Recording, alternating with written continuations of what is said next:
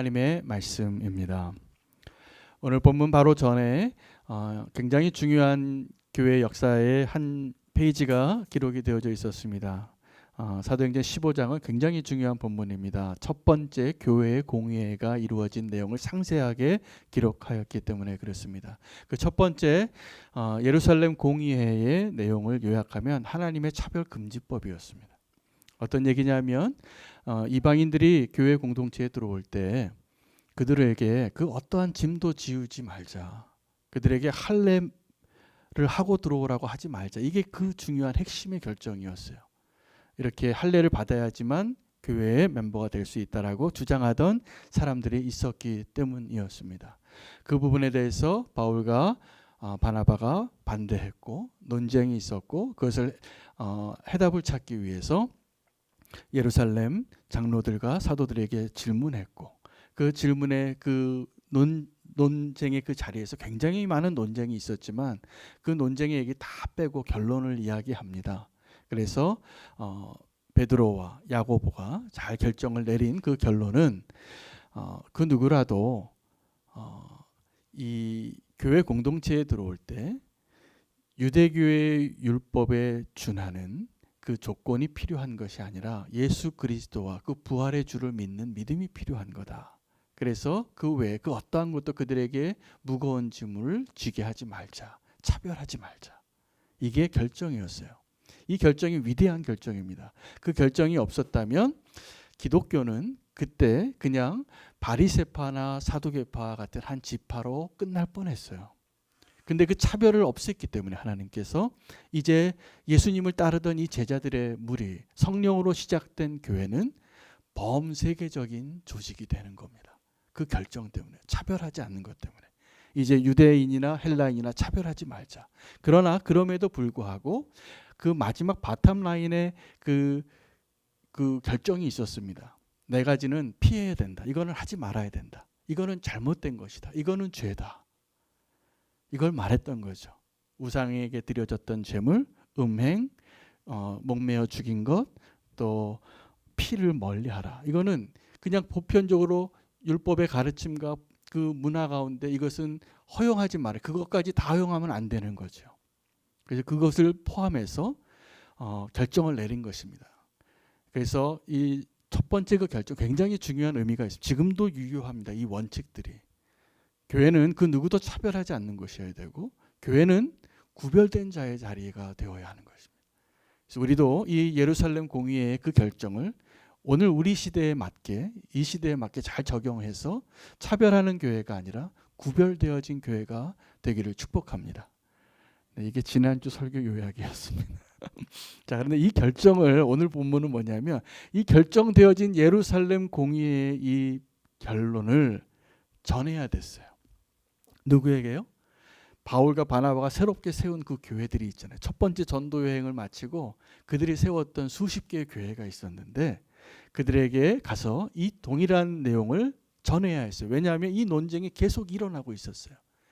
바울과 바나바가 갔던 그 장소를 따라서 할례 받아야지만 된다라고 주장하던 어떤 열심히 있는 사람들의 그 수고의 발걸음 때문에 다시 결론을 이야기해야 되는 상황이 되었던 것이죠. 그래서 그들을 보냅니다. 누굴 보내냐 하면 보냄받는 사람들이 나오는데 누굴 보냈겠습니까? 예, 그 교회 세운 사람들 보냈죠. 그래서 바울과 바나바를 보냅니다. 그들만 보내면 공평하지 않을까 봐. 그들이 또 자기네들 입장에서 너무 많은 얘기를 할까 봐 누구를 믿을 만한 선지자라고 여겨지는 존경받는 영적인 지도자 두 사람을 보냅니다. 유다와 실라입니다. 이 두 사람이 함께 가서 이제 그 예루살렘 공의회의 이 중요한 결정들을 각 교회들에게 편지로 전하고 그 편지를 썼는데 그 다음 내용은 이 예루살렘 공의회의 결정으로 기록되어진 그 편지의 내용이에요. 그 편지 전문이 그대로 다 있습니다. 그래서 수신자가 있고 안부 인사를 하고 그 내용들을 결정하는 내용들을 기록했는데 22절부터 29절이 그 편지의 내용이죠. 예루살렘 공의회의 결정에 대한 내용인데 놀라운 표현이 나옵니다. 이런 논쟁이 시작되어졌던 그 이유는 할례를 받아야 된다라고 말했던 어떤 율법의 아주 열심히 많았던 어떤 사람들 때문이었거든요. 유대인의 배경을 가지고 있는. 근데 그 사람들을 뭐라고 표현하냐면 이렇게 표현합니다. 우리 가운데 어떤 사람들이 우리의 지시도 없이 나가서 말로 너희를 괴롭게 하고 마음을 혼란하게 한다는 것을 들었다는 거예요. 그래서 이제 이 결론을 얘기하는데 그럴 필요 없다.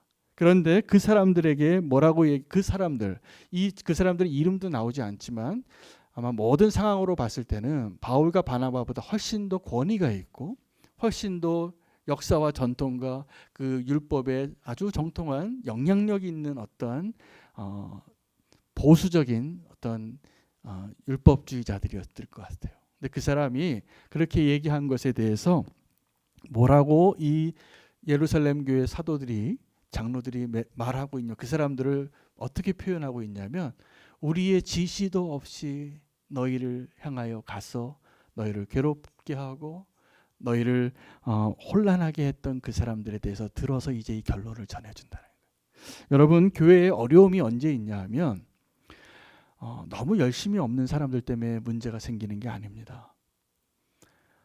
너무 열심히 있는 사람 때문에 문제가 생깁니다. 너무 뭔가 좀 잘해보려고 하다가 내 열심으로 그 사람들이 보면 오늘 이 사람들이에요. 그러니까 교회에는 게으른 사람 때문에 문제 생기는 게 아니라 열심히 있고 성실한 사람 때문에 문제가 생기더라고요. 근데 그 사람들의 특징이 뭐냐면 자기 열심이에요. 하나님이 보낸 적이 없어요. 그런데 여러분도 그런 적이 있을 겁니다. 저도 그런 적이 많았거든요. 하나님이 명령하지 않았는데 내가 열심을 낸 거예요. 내가 열심히 하다 보니까 하나님이 주시고 하나님이 지시하시고 하나님이 명령하시지 않았음에도 불구하고 내 열심으로 교회에서 열심히 일을 하다 보면 어떻게 되는지를 제가 설명해 드릴게요. 하나님이 지시하지 않았는데 내 열심으로 교회를 막 열심히 하다 보면 어떻게 되냐면 마음이 어려워져요. 왜요? 나보다 열심히 아닌 사람이 보이거든요. 여러분 같이 청소 한번 해도 그래요. 교회 대청소 한번 하는데 나는 열심히 걸레질하고 막 청소기 돌리고 막 하는데 어떤 사람은 수다만 떨고 있어요. 그럼 어떤 마음이 듭니까? 우리 다 마르다가 되는 거예요. 예수님 제 좀 시켜서 우리 이렇게 바쁜데 빨래도 좀 하고 요리도 좀 하고 이렇게 시켜주세요. 이런 마음이 들 때가 언제냐 하면 내 열심으로 주의 일을 할 때입니다. 여러분, 만약에 우리 같은 오늘의 설교의 주제는요, 하나님이 원하시는 공동체 세우자는 거예요. 그 공동체를 세우기 위해서 이 예루살렘 교회에서 정한 이 결정들을 각 교회들에게 전한 것이고, 그리고 그 공동체와 관련된 이야기들을 오늘 본문에서 우리는 발견해야 됩니다. 그리고 우리의 그 공동체를 아름답게 세우기 위해서 무엇을 해야 하는가를 오늘 주의 음성으로 잘 들으시기를 바랍니다. 내 열심으로 하게 되면 내 공로와 내가 인정받고 싶은 것과 내 보상이 이렇게 되어지지 않으면 시험이 들어요. 그리고 다른 사람이 판단이 되어져요. 여러분, 이런 감정이 들었다면 분명히 알아야 될 건데 그거는 하나님이 지시하지 않은 나의 열심입니다. 만약에 하나님이 지시한 그 열심이라면 그런 마음이 들 리가 없어요. 하나님이 시켜서 하는 건데 내가 뭘 기대하겠어요. 근데 우리가 하나님의 명령 없이 하나님의 지시함도 없이 오늘 이 초대교회를 다 뿌리채 흔들려고 했던 그 사람들이 어떤 사람들이냐면 하나님 너무 사랑한 사람들이에요. 하나님을 향한 열심이 다른 사람보다 갑절인 사람들이에요. 그 사람들의 눈에는 저 바울과 바나바가 이 교회를 다 망치고 있다, 이렇게 생각이 들었을 거예요. 큰일 났다. 빨리 가서 할례를 받아야 된다고 가르쳐야 된다. 우리의 뿌리가 흔들린다. 이렇게 생각하고 열심을 냈던 것입니다. 여러분, 그 사람들이 바로 우리의 지시도 없이 가서 너희를 괴롭게 하고 마음을 혼란케 했다는 그 사람들의 모습입니다. 죄송한 말이지만 우리 안에 그 모습에 흔적들이 많습니다. 우리가 그렇게 열심 낸 적이 많다라는 것이죠. 그런데 신뢰받는 사람들을 우리는 발견할 수 있습니다. 그 사람이 누구냐면 바울과 바나바예요. 유다와 실라예요. 이 사람들을 택할 때 뭐라고 표현하냐면 이 편지에 바울과 바나바를 뭐라고 표현하냐면 그 사람들은 그리스도를 위하여 자기 생명도 아끼지 않는 사람이라는 것과 우리가 그들을 사랑한다는 거예요. 여러분, 하나님 앞에 쓰임 받고 또 인정받는 사람의 두 가지 특징이 뭐냐면 하나님을 너무 사랑해서 내 목숨까지 내어줄 수 있을 정도로 하나님 사랑하는 사람이에요. 두 번째는 그 사람을 주변에 있는 사람들이 인정해요. 알아요. 그래서 그 사람을 너무나 존중하게 여겨요. 여러분, 우리는 교회에 이번에 사역자를 청빙하는데 서류를 제가 세 가지를 조건으로 했습니다. 이력서하고 추천서하고 자기소개서. 근데 추천서 누구 거 받아야 되냐고 질문하시는 분이 연락이 왔어요. 그래서 제가 뭐라고 대답을 했냐면 목사님일 필요도 없고 지금 지원하신 분을 가장 객관적으로 그 검증해 줄 수 있는 그 사람이면 자격하고는 상관없으니까 아무나 추천서 받으면 된다고. 그렇게 답변을 드렸습니다. 오늘 어떤 분이 이메일이 왔길래. 여러분, 모르는 사람을 알게 될 때 객관적으로 그 사람을 신뢰할 만한 사람이 추천할 때 그 이야기가 힘이 있는 것입니다. 여러분, 내가 어떠한 사람인가를 내 주변에 있는 사람이 어떻게 지금 이야기하고 있는지. 제가 목회를 하기 전에 선교단체에서 본부에서 사역을 오래 했습니다. 매년 선교사를 모집하고 파송을 했는데 그때마다 그 선교사로 나가겠다고 하는 사람들에 대해서 평가하는 그 기준이 있어요. 이분들이 나갈 때 이제 선교를 후원을 해야 돼요.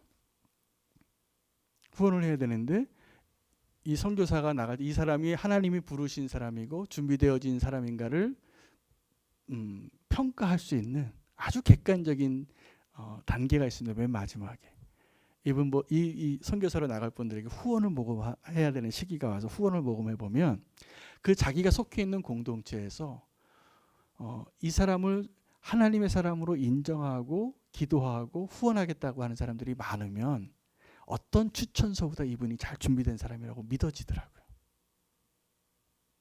근데 이분은 자기는 막 헌신됐다고 얘기하는데 후원이 안 돼요.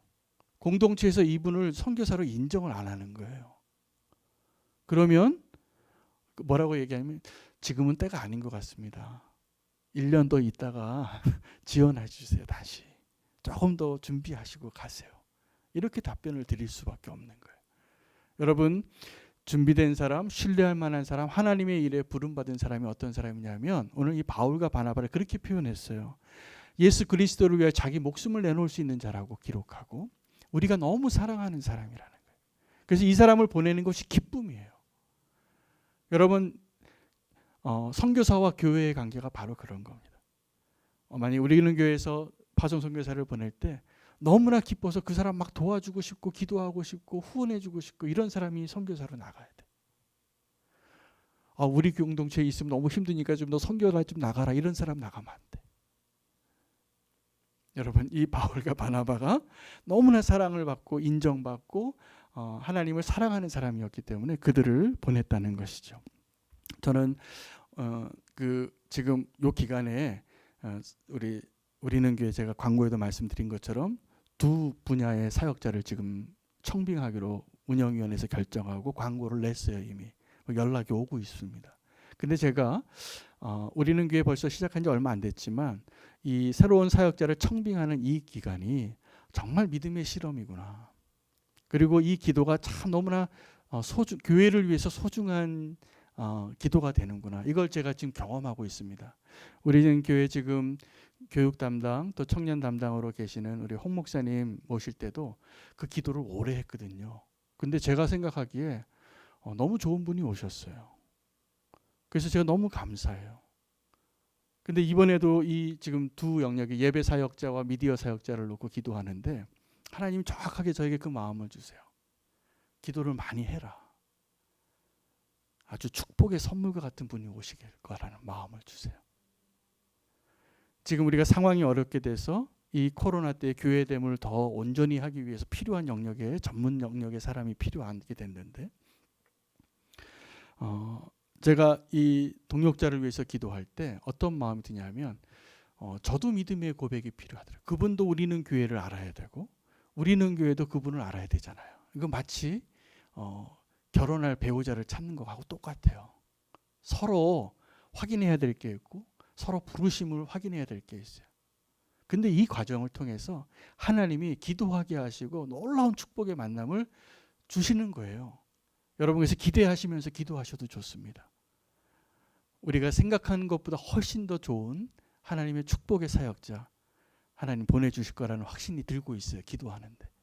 그래서 우리는 교회 이 예배가 정말 우리의 삶을 완전히 회복할 수 있는 예배로 바뀔 것이고 이미 그렇지만 더 하나님께서 그렇게 준비시켜 주실 거라고 믿어요. 그리고 이 코로나 때문에 여러 가지로 이 미디어의 영역에 손길이 많이 필요한데 그것을 준비할 사람을 보내주실 거라고 믿어요.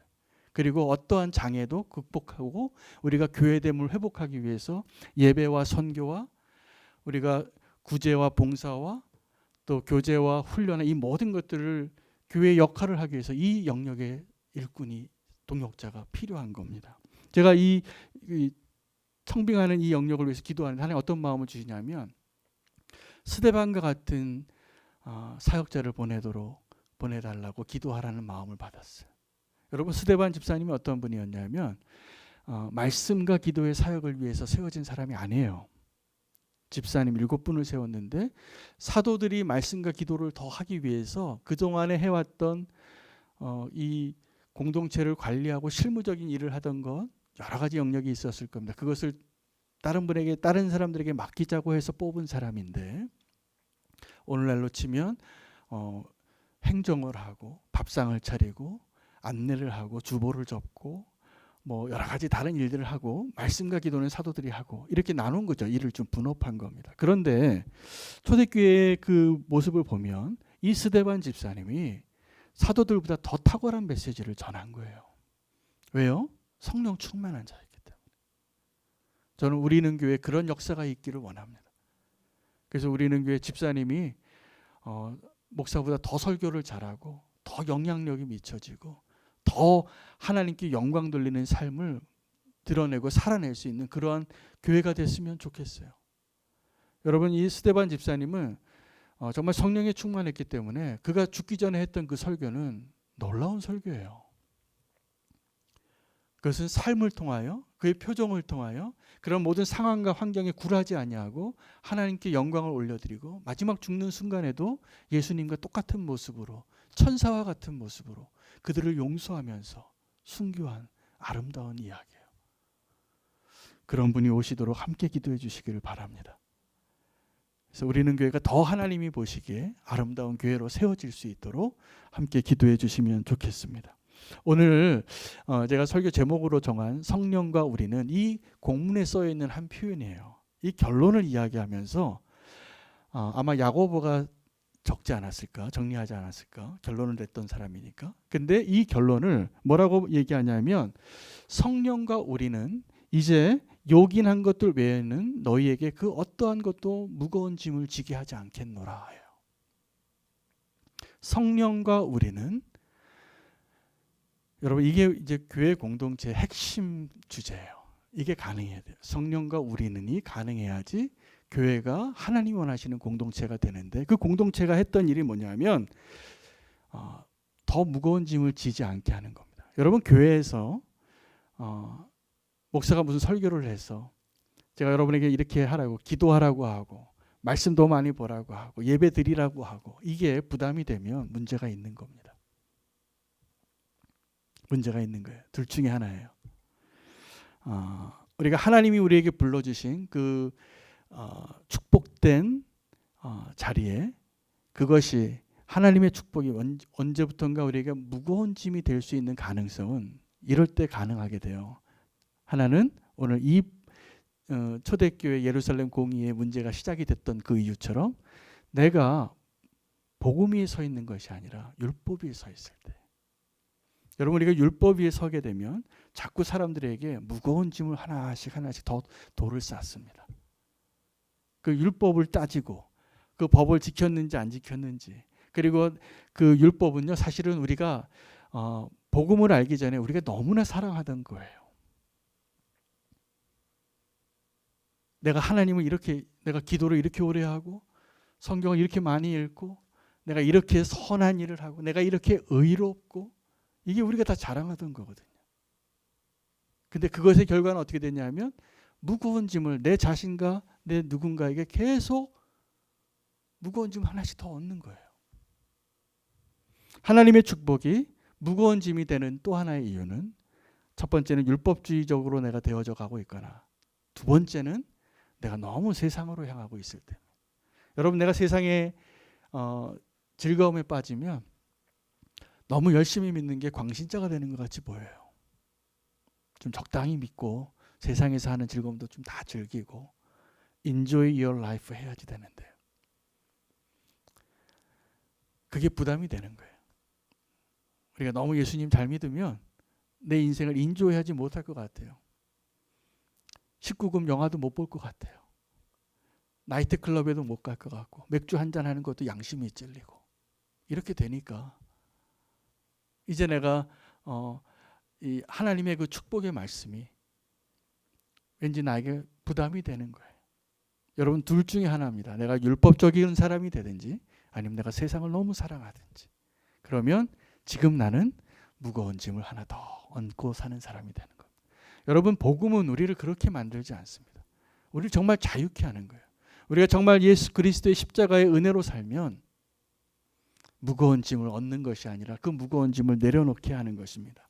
마태복음 11장 28절 29절에 예수님께서 우리를 향하여 저와 여러분을 향하여서 이렇게 말씀하셨어요. 초대하시면서 수고하고 무거운 짐진 자들아 다 내게로 오라. 내가 너희를 쉬게 하리라. 나의 마음은 온유하고 겸손하니 나의 멍에를 메고 내게 배우라. 그리하면 너희 마음이 쉼을 얻으리라. 예수님이 보시기에 이 세상에 사는 저와 여러분 모든 사람들을 향하여 예수님 보시기에는 다 어떤 사람들로 보였냐면 수고하고 무거운 짐을 지고 가는 사람으로 보였다는 것입니다.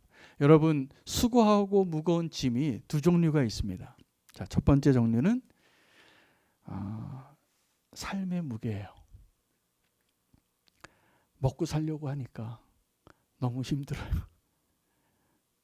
직장 구하기도 어렵고 직장에서 너무 힘드니까 좀 그만두고 싶고 무엇을 먹을까 무엇을 입을까 이 무게가 상당합니다. 그래서 많은 분들이 이 삶의 무게 때문에 힘들어해요. 예수님이 아세요. 그래서 그 모습을 보고 수고하고 무거운 짐진 자들아 다 내게로 오라. 내가 너희를 쉬게 하리라. 내게 와서 배우라. 너희 마음이 쉼을 얻으리라. 이 말씀을 하신 거예요. 근데 두 번째 멍에가 있어요. 그 멍에는 삶의 무게가 아니라 죄의 무게예요. 자, 여러분 제가 이 두 가지 무게감 가운데 어떤 게 더 무겁습니까? 삶의 무게가 더 무겁습니까? 아니면 죄의 무게가 더 무겁습니까? 아마 오늘 이 자리에 계신 분들 중에서 대답 손 드실 필요는 없지만 한번 생각해 보세요. 분명히 뭔가가 무거운데 만약에 내 무게감 중에서 죄에 대한 무게감보다 삶의 무게가 더 무겁다고 느껴지시는 분들은 오늘 이 말씀을 꼭 들으셔야 될 분이에요. 왜냐하면 결코 삶의 무게가 죄의 무게보다 더 무겁지 않습니다. 진짜 무거운 무게는 죄의 무게예요. 그래서 하나님께서 예수님께서 우리에게 초대하셔서 너 너무 무거운 짐을 지고 가는구나 라고 말하고 그 무거운 짐을 내려놓게 하시기 위한 그 무게는 그 짐은 죄의 짐이지 삶의 짐이 아니에요. 그런데 우리는 하나님 앞에 항상 뭐라고 얘기하냐면 하나님 나 지금 너무 먹고 살기 힘들어요. 그런데 이 죄의 무게에 대해서는 별로 느껴지지도 않아요. 이게 우리가 지금 속고 있는 겁니다. 우리가 죄의 무게에서 정말 자유하게 되면 삶의 무게가 아무리 무거워도 사실은 아무것도 아니에요. 우리가 진짜 행복할 수 있고 정말 만족할 수 있고 정말 자족할 수 있고 이게 없어도 행복할 수 있는 거예요. 그런데 우리가 이 죄의 문제, 죄의 무게를 해결하지 못하면 우리는 항상 불평이에요. 항상 만족할 수 없어요. 항상 못 살겠다고 얘기해요. 진짜 무게를 모르는 거예요.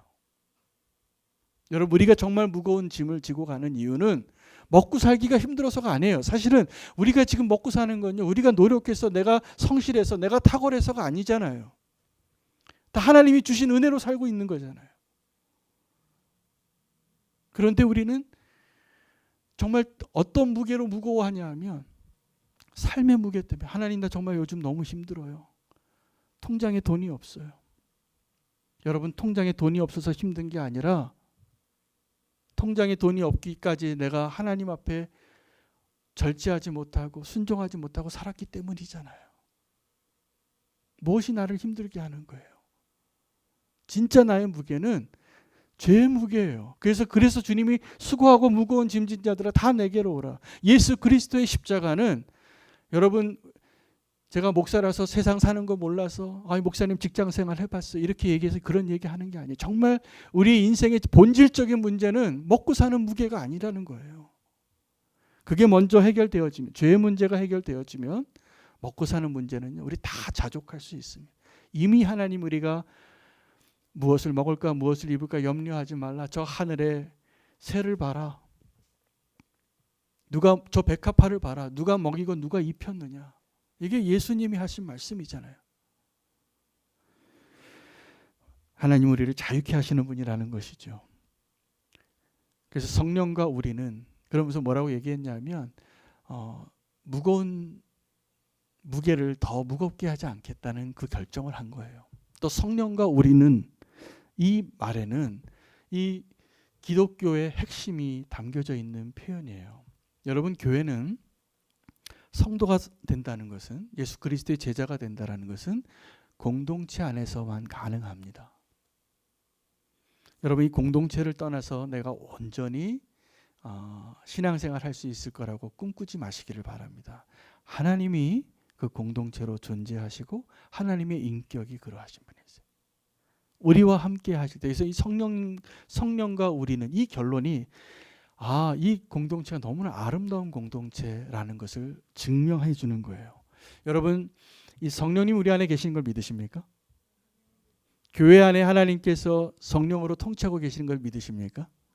성령이 통치하지 않으면 교회는 절대로 하나 될 수 없습니다. 여러분 그 성령님이 지금 우리 이 자리에 우리와 함께 하시고 또 내 안에 내주하고 계시는 거예요. 그 성령님께서 우리 안에 거할 때 그럼 우리의 삶은 어떻게 되냐 하면 여러분 성령님이 내 안에 거하셔도 내 인격이 작용을 할까요 안 할까요? 성령님이 내 안에 거하실 때 나의 인격이 여전히 작용할까요 안 할까요? 작용합니다. 그래서 성령과 우리는 이라고 표현한 거예요. 여러분 술 취할 때 사람 술 먹기 전하고 술 먹고 나서하고 바뀌잖아요. 그래서 사도행전 1장에 오순절 성령 강림이 임했을 때 사람들이 다 오해했어요. 성령님이 그 사람들 안에 충만하게 들어오신 거죠. 그 성령 충만한 사람이 됐던 그 사람들의 모습이 어떤 모습으로 보였냐면 술 취한 사람처럼 보인 거예요. 여러분 술 취한 사람이 자기의 인격이 없는 게 아닙니다. 자기의 결정과 자기의 의사와 이런 것이 다 있는데 더 강력한 힘으로 그 사람의 의지와 판단과 감정보다 더 강력한 어떤 영향력이 그 또 다른 인격이 그 사람에게 영향을 주는 것이죠. 이슬람을 믿는 사람들이 절대적인 권위를 갖고 있는 성경책 같은 것이 코란이잖아요. 그 코란에 그 사람들이 왜 그렇게 그것을 좀 중요하게 여기냐면 마호메드가 이 코란을 하나님께 계시를 받아서 썼는데 그냥 자기의 의지는 없이 그 하나님의 영으로 다 기록을 했다는 거예요.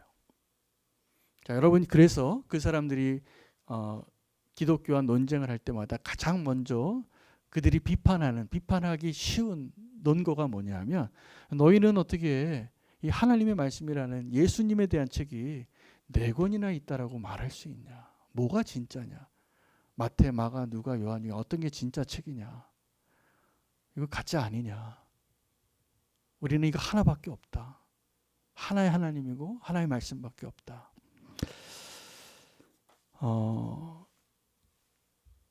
그들이 믿는 하나님은 알라는 우리가 믿는 하나님이 아니에요. 아닙니다. 그리고 그들이 갖고 있는 코라는 우리가 지금 믿고 성령의 감동으로 쓰여진 성경과 너무나 달라요. 왜 이 성경이 정말 하나님의 말씀이라고 거꾸로 증명되어지는 이유는 마태가 경험하고 마가가 경험하고 누가가 경험하고 요한이 경험하고 그 사람들이 다 교육의 수준과 성품과 이 글을 쓴 대상이 다르고 목적이 다른데 동일하게 예수 그리스도의 이야기가 일치하는 거예요. 이럴 때 이걸 진짜라고 얘기하는 거. 그래서 사복음서가 있는 것은 진리에 대한 결격 사유가 아니라 진리를 증거하는 증거예요. 이게 진짜라는 거죠. 하나님과 우리의 관계가 그러합니다. 성령님께서 우리 안에 오셔서 시기하기도 하시고 신음하시기도 하고 눈물 흘리기도 하시고 기뻐하시기도 하는 거예요. 그것을 누리는 게 우리가 영성이 깊어지는 거예요. 여러분, 우리가 주님과 함께 산다는 것은, 예수님과 동행한다는 것은 그 예수님의 영과 함께 기뻐하고 함께 슬퍼하고 함께 고민하고 결정하는 거예요. 동행하는 거예요. 함께 감탄하는 거예요. 함께 노래하는 거예요. 함께 춤추는 거예요.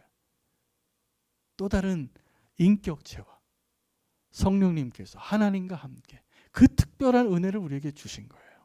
그래서 성령과 우리는 이라는 이 표현은, 이 결론을 내린 주체가 하나님과 또 이 성령과 나가 아니에요. 성령과 우리는이에요. 이미 이 고백을 할 수 있는 것은 성령님과 함께하면서 성령님이 원하시는 그 공동체를 이루고 있다는 증거예요. 저는 우리는 교회가 꼭 이런 교회가 됐으면 좋겠습니다. 성령과 우리는 너에게 더 이상 무거운 짐을 주고 싶지 않고 우리가 신뢰하는 이 사람들을 보내서 우상에게 드려졌던 것과 음행이나 또 목매어 죽은 것이나 피를 제외하고 누구라도 차별하지 않고 함께 교회를 이룰 수 있는 그 교회가 세워지는 것을 보기를 원합니다. 여러분, 교회는 다양한 사람들이 계세요. 성격도 다양하고 소유의 차이도 굉장히 다양하고 교육의 차이도 다양하고 기질도 다양하고 어떤 분들은 굉장히 내성적이고 어떤 분들은 굉장히 외향적이고 기뻐하는 이유도 다르고 너무나 다양하게 만드셨잖아요, 우리를. 그런데 이 다양한 사람들이 오직 성령의 역사하심 때문에만 함께 할 수 있는 거예요. 여러분, 아름다운 교회 공동체를 세우는 것은 우리가 얼만큼 성령님을 의식하고 살고 성령님의 결정을 따르기로 우리가 결단하고 하나님을 위하여 나의 의지와 생각을 내려놓을 수 있고 기쁨으로 순종하느냐에 따라 달라집니다. 오늘 이 본문의 후반부에는 어떤 내용이 기록이 되어져 있냐면 성령과 우리는 이렇게 얘기하고 우리가 만장일치로 이 바울과 바나바와 이 사람을 보내서 너에게 이 결론을 내린다 이렇게 얘기했어요. 성령과 우리가 다 만장일치가 된 아름다운 모습이에요. 근데 그 아름다운 모습이 며칠 후에 깨져요. 그 핵심 리더였던 바울과 바나바가 마가라는 한 사람을 어떻게 해결할까? 이 사람을 데려갈 것인가 말 것인가를 가지고 크게 싸웠다 그래요. 놀랍습니다. 바로 며칠 전에 성령과 우리는 만장일치로 아름다운 결정을 내렸던 그 공동체가 깨지는 걸 보면서 제가 하나 고백할 수 있게 된 게 있어요. 이 교회 공동체는 오직 성령으로만 하나 될 수 있구나. 이 교회 공동체는 깨지기 쉬운 유리잔과 같구나. 여러분, 지금 우리가 이렇게 우리 교회가 이렇게 서로 화목하게 서로 사랑하고 가족과 같이 요즘 내가 너무 행복해요. 그래서 어디 가면 제가 한국에서 제일 행복한 목사라고 자랑하고 다녀요. 우리 교회가 너무 좋아요.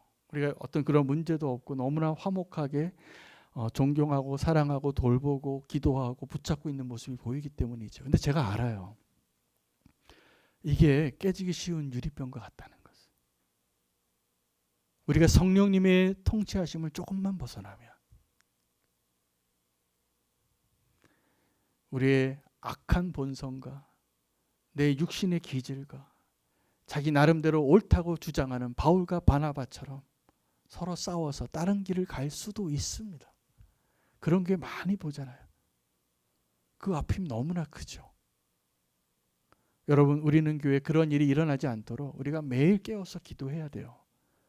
그래서 마치 깨지기 쉬운 유리잔을 이렇게 들고 사는 것처럼 이 교회 공동체를 깨트리는 내가 혹시 말을 하지 않을까? 내가 이 말을 하면 누구를 또 마음 아프게 하지 않을까? 이걸 항상 배려하고 성령님의 뜻이 맞을까? 이렇게 생각하고 살아야지 이게 우리가 이 아름다운 이 공동체를 유지할 수 있는 거예요. 자, 그런데 더 놀라운 것은 이 깨지기 쉬운 이 공동체, 그래서 수십 번, 수백 번, 수천 번, 수만 번 깨지고 무너지고 다 박살난 것과 같은 그 교회가 역사상 그 어떠한 제국보다 가장 오래됐다는 사실입니다. 여러분, 세상에 굉장히 강력한 리더십으로 강력한 정권이 세워지고 강력한 난공불락의 제국을 세웠던 위대한 위인들이 많고 위대한 제국들이 많았지만 그 제국들이 다 어떻게 됐냐면 역사의 페이지로 넘어갔습니다. 지금도 미국과 중국이 세계 지금 최강국이었지만 얼마 전엔 러시아와 미국이었잖아요. 여러분, 역사의 페이지가 어떻게 될지 모릅니다. 혹시 우리나라가 넘버원 될지도 모르죠. 하나님께서 그렇게 하신다면. 그러나 여러분, 이 세상의 그 어떠한 제국도 무너질 것 같지 않고 해가 지지 않을 것 같은 그 나라가 다 해가 지고 무너지고 쓰러지지만 하나님의 교회는 무너지지 않습니다. 하나님의 나라는 무너지지 않습니다. 성령과 우리는 이 고백을 우리가 계속 할 수만 있다면 우리는 위대한 교회를 만들 거라고 믿습니다. 여러분, 위대한 교회는 위대한 사람이 필요하지 않아요. 하나님이 위대해지셔야지 위대한 교회거든. 그래서 교회는 누가 필요하냐면 너무나 평범한 나 같은 사람이 필요한 거예요. 내가 너무나 특별하기 때문에 이건 나 없으면 안 된다고 생각하는 사람은 그 사람이 가장 연약한 지체예요, 교회에서.